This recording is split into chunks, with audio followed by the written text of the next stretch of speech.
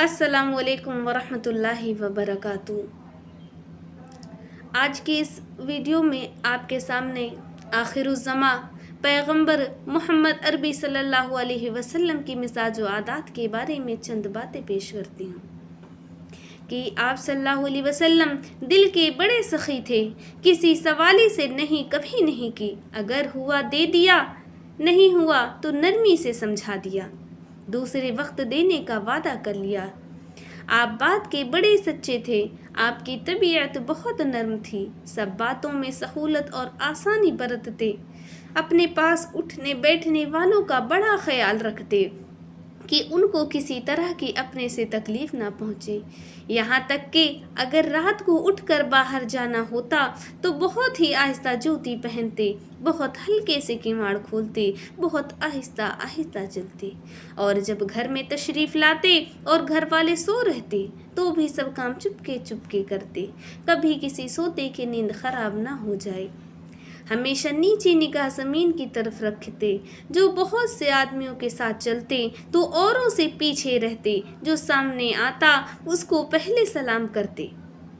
جب بیٹھتے تو بہت عاجزی کی صورت بنا کر، جب کھانا کھاتے تو بہت ہی غریبوں کی طرح بیٹھ کر، پیٹ بھر کر کھانا نہیں کھایا، کبھی چپاتی نہیں کھائی، تکلف کی تشتریوں میں کبھی نہیں کھایا، ہر وقت خدا تعالیٰ کے خوف سے غمگین سے رہتے، ہر وقت اسی سوچ میں لگے رہتے، اسی دھن میں، کسی کروٹ چین نہ آتا، زیادہ وقت خاموش رہتے، بدون ضرورت کے کلام نہ فرماتے، جب بولتے تو ایسا صاف کہ دوسرا آدمی خوب سمجھ لے۔ آپ کی بات نہ تو اتنی لمبی ہوتی کہ ضرورت سے زیادہ ہو، اور نہ اس سے اس قدر کم ہوتی کہ مطلب بھی سمجھ میں نہ آئے۔ بات میں ذرا سختی نہ تھی، نہ برتاؤ میں کسی طرح کی سختی تھی، اپنے پاس آنے والے کی بے قدری اور ذلت نہ کرتے تھے، کسی کی بات نہ کاٹتے، البتہ اگر شرع کے خلاف کوئی بات کرتا تو یا تو منع فرما دیتے یا وہاں سے خود اٹھ جاتے، خدا کی نعمت کیسی ہی چھوٹی کیوں نہ ہو، آپ اس کو بہت بڑا سمجھتے تھے، کبھی اس میں عیب نہ نکالتے تھے کہ اس کا مزہ اچھا نہیں ہے یا اس میں بدبو آتی ہے، البتہ جس چیز کو دل نہ لیتا اس کو خود نہ کھاتے اور نہ اس کی تعریف کرتے، نہ اس میں عیب نکالتے۔ دنیا کی کیسی ہی بات ہو، اس کی وجہ سے آپ کو غصہ نہ آتا، مثلا کسی کے ہاتھ سے نقصان ہو گیا، کسی نے کوئی کام بگاڑ دیا، یہاں تک کہ حضرت انس رضی اللہ عنہ کہتے ہیں کہ میں نے 10 برس تک آپ کی خدمت کی، اس 10 برس میں نے جو کچھ کر دیا اس کو یوں نہیں فرمایا کہ کیوں کیا، اور جو نہیں کیا اس کو یوں نہیں پوچھا کہ کیوں نہیں کیا۔ البتہ اگر کوئی بات خلاف دین کے ہو جاتی تو اس وقت آپ کے غصہ کی کوئی تاب نہ لا سکتا تھا۔ اپنے ذاتی معاملہ میں آپ نے غصہ نہیں کیا، اگر کسی سے ناراض ہوتے تو صرف منہ پھیر لیتے، یعنی زبان سے کچھ سخت و سست نہ فرماتے، اور جب خوش ہوتے تو نیچے نگاہ کر لیتے، شرم اس قدر تھی کہ کیا کنواری لڑکی کو ہوگی، بڑی ہنسی آتی تو یوں ہی ذرا سا مسکرا دیتے، یعنی آواز سے نہ ہنستے، سب میں ملے جلے رہتے، یہ نہیں کہ اپنی شان بنا کر لوگوں سے کھنچنے لگیں، بلکہ کبھی کبھی کسی کا دل خوش کرنے کو ہنسی مذاق بھی فرما لیتے، اس میں بھی وہی بات فرماتے جو سچی ہوتی۔ نفلیں اس قدر کھڑے کھڑے دونوں پاؤں سوج جاتے، جب قرآن شریف پڑھتے یا سنتے تو خدا کے خوف اور محبت سے بہت روتے، عاجزی اس قدر مزاج میں تھی کہ اپنی امت کو حکم فرمایا کہ مجھ کو بہت مت بڑھا دینا، اور اگر کوئی غریب ماما اصیل آ کر کہتی کہ مجھ کو آپ سے الگ کچھ بات کرنی ہے تو آپ فرماتے اچھا کہیں سڑک پر بیٹھ کر کہہ لے یا جہاں جی چاہے وہاں، وہ جہاں بیٹھ جاتی آپ بھی وہیں بیٹھ جاتے، کوئی بیمار ہو، امیر ہو، غریب ہو، اس کو پوچھتے، کسی کا جنازہ ہوتا آپ اس پر تشریف لے جاتے،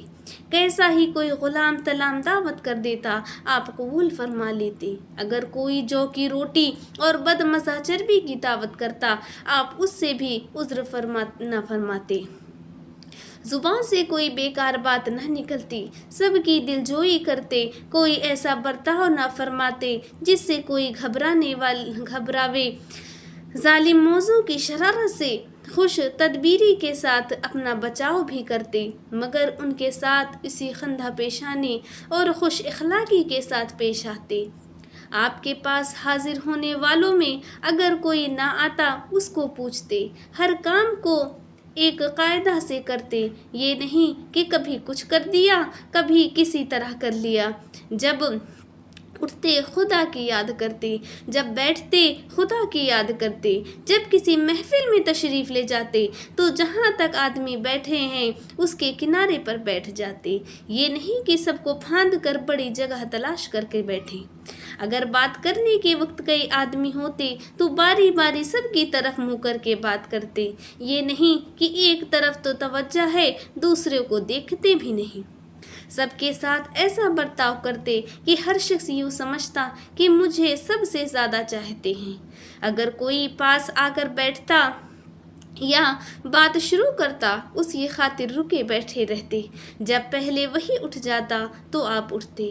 آپ کے اخلاق سب کے ساتھ عام تھے، گھر میں جا کر آرام کے لیے مسند پر تکیہ لگا کر بیٹھتے تھے، گھر کے بہت سے کام اپنے ہاتھ سے کر لیتے، کہیں بکری کا دودھ نکال لیا، کہیں اپنے کپڑے صاف کر لیے، اپنا کام اکثر اپنے ہاتھ سے کر لیا کرتے تھے۔